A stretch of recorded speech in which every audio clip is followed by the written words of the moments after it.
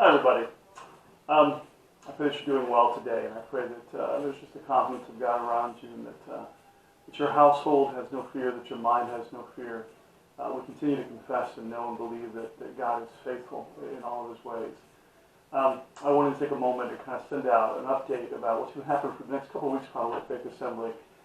So we've prayed a lot about this, and really this is not a fear-based decision whatsoever, but we are going to go ahead and cancel our services for this coming Sunday. And we're just going to take this whole thing one week at a time. We're not going to make any decisions about the week after that or the week after that. We're just going to take it 1 week at a time.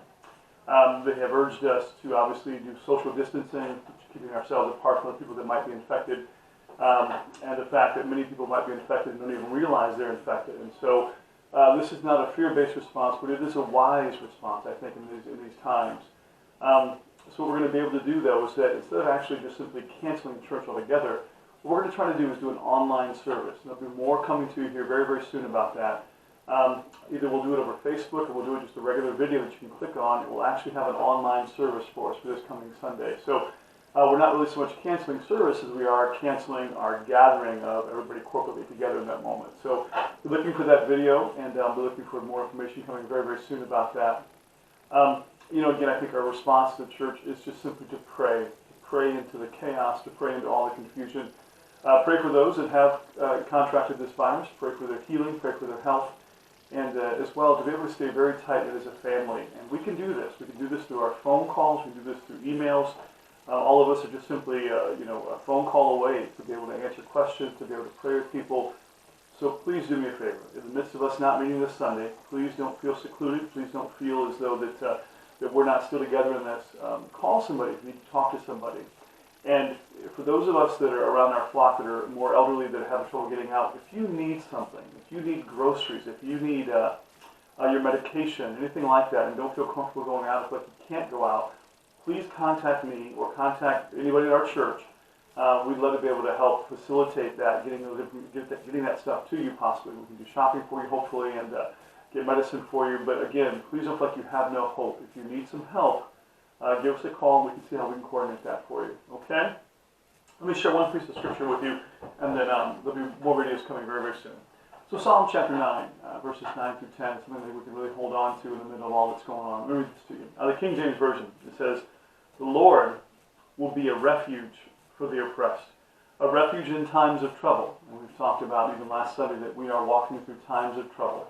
But God is our refuge, which means that He's our hiding place. A refuge means that not so much a place that I visit, but something that I dwell in. He's my refuge. I'm encamped around Him. I'm encamped in Him. And He is my provision. He is my shelter from what's going on from the outside world. Let me read verse 10 to you. "And they that know thy name will put their trust in thee, for thou, Lord, hast not forsaken them that seek thee." What a beautiful scripture. David is penning this in a time of his own troubled life that he's going through. And I think, again, the Lord God, as it says so very beautiful, He has not forsaken them that seek thee. Well, we certainly seek Him.